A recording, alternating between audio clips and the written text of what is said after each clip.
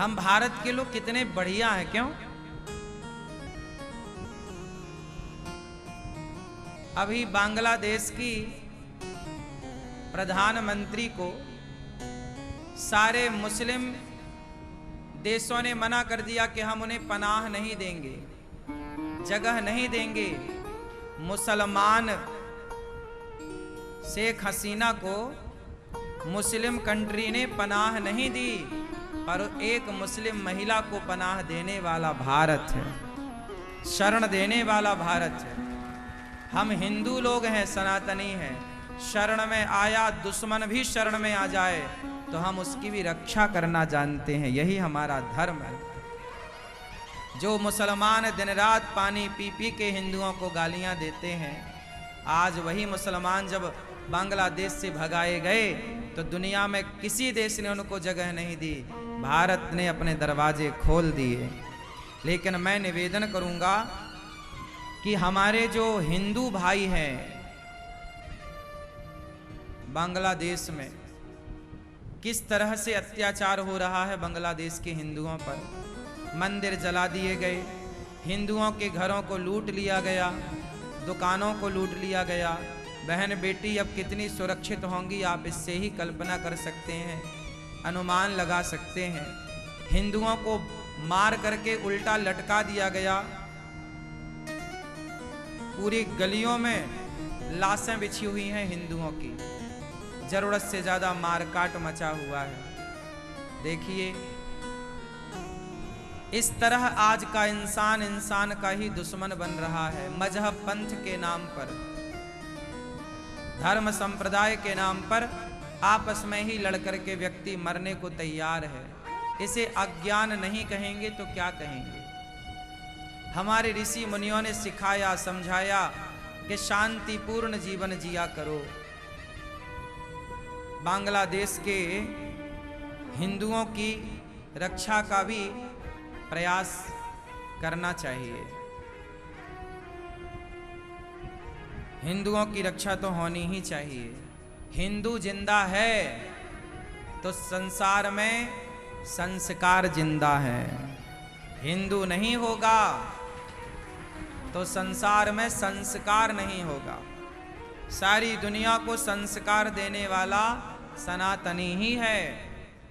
ये दुनिया कितना भी अपमान करे सनातन का, कितना भी गालियां दे सनातन को, पर सत्य सनातन जो धर्म है, हिंदू जो है, बहुत सहनशील है। अब आपको इस ओर जरूर देखना चाहिए कि पाकिस्तान में हिंदू थे, सफाया हो गया। बांग्लादेश में हिंदू थे, सफाया हो रहा है। भारत में कई राज्यों में हिंदू अल्पसंख्यक हो गए। अब आप देख लो कि आप लोग इस देश में अब कितने दिन तक सुरक्षित हो। आने वाले वक्त में ना तो आपकी जमीन जायदाद काम आनी है। अब बांग्लादेश के सारे हिंदुओं ने सारी जमीन जायदाद, सारी प्रॉपर्टी छोड़कर केवल जान बचाने के लिए भाग रहे हैं कि नहीं? बांग्लादेश से खदेड़े जाओगे तो भारत आओगे। कल्पना करो कि कभी भारत से खदेड़े गए तो कहां जाओगे? इसलिए हमारे श्री कृष्ण ने, मैं बार बार एक बात कहता हूं कि भगवान ना करे कि भारत में कभी ऐसी स्थिति उत्पन्न हो, लेकिन जब हिंदू अपने देश में अल्पसंख्यक हो जाएगा, हमारे देश में तेजी से धर्मांतरण हो रहा है। जब धर्मांतरण होगा तो हिंदू या तो मुस्लिम बन रहा है या तो ईसाई बन रहा है। जब ये बन जाएगा तो वो ईसाई मिशनरी और मुसलमान लोग क्या करेंगे? जो कन्वर्ट हुए हैं उनसे ही आपको और हमें लड़ा देंगे। वो तो बैठे तमाशा देखेंगे। कन्वर्जन वाला हिंदू लड़ेगा मरेगा, और फिर जो बचेंगे वो उन्हें मार करके राज्य करेंगे। तो आपकी जिम्मेदारी अब ये है कि आप अपने बच्चों को इस तरह तैयार करें, पढ़ाएं लिखाएं तो खूब, लेकिन गीता पढ़ाएं बच्चों को। पर गीता से जब बात ना बनी तो भगवान श्री कृष्ण को गीता से जब बात नहीं बनी तो सुदर्शन चक्र उठाना पड़ा है। तो आप गीता से ही समझाओ सबको, पर अंत में जब गीता की भाषा लोग ना समझें तो क्या आपके बच्चे सुदर्शन उठाने को तैयार हैं? क्या आपकी बेटियां झांसी की रानी बनने को तैयार हैं? मैं जो आज कह रहा हूं ये आज के 50 साल बाद आने वाले समय में ये जरूरत पड़ेगी, देख लेना।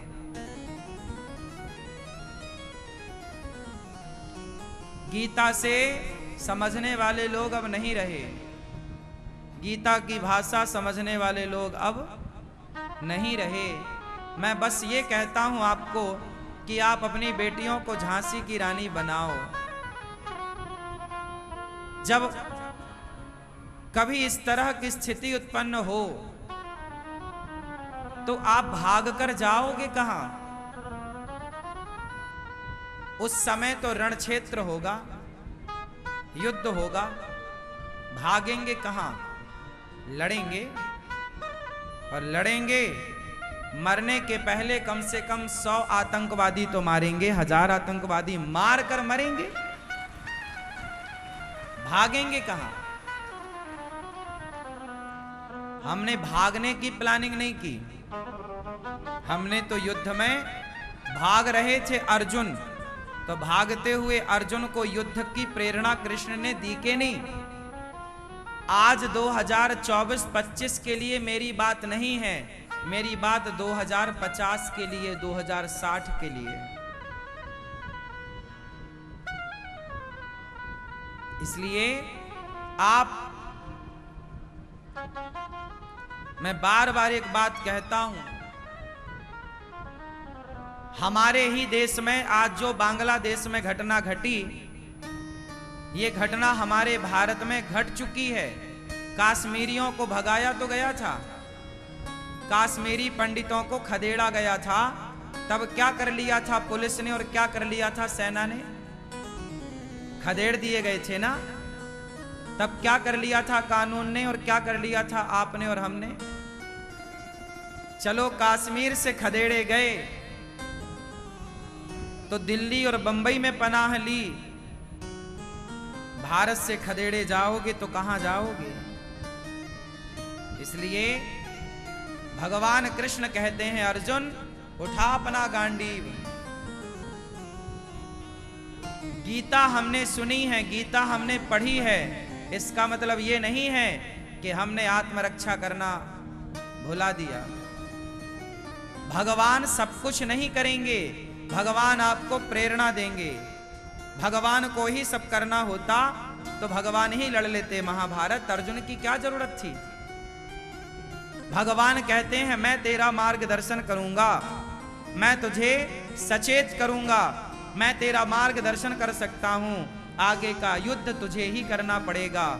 हाँ, ईश्वर हमें बुद्धि विवेक दे सकते हैं, ईश्वर हमारा मार्गदर्शन कर सकते हैं, लेकिन हमें आगे का युद्ध, आगे का भारत हमें और आपको मिलकर ही बचाना है।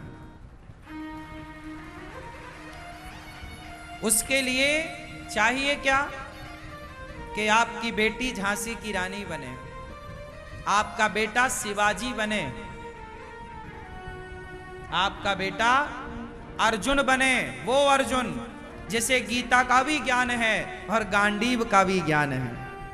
आपका बेटा अर्जुन बने जिसे गीता और गांडीव दोनों का बोध हो।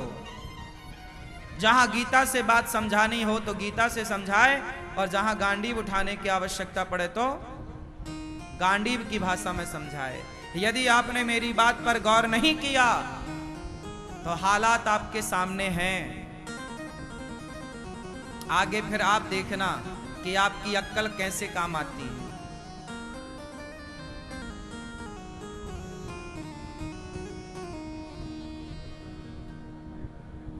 भारत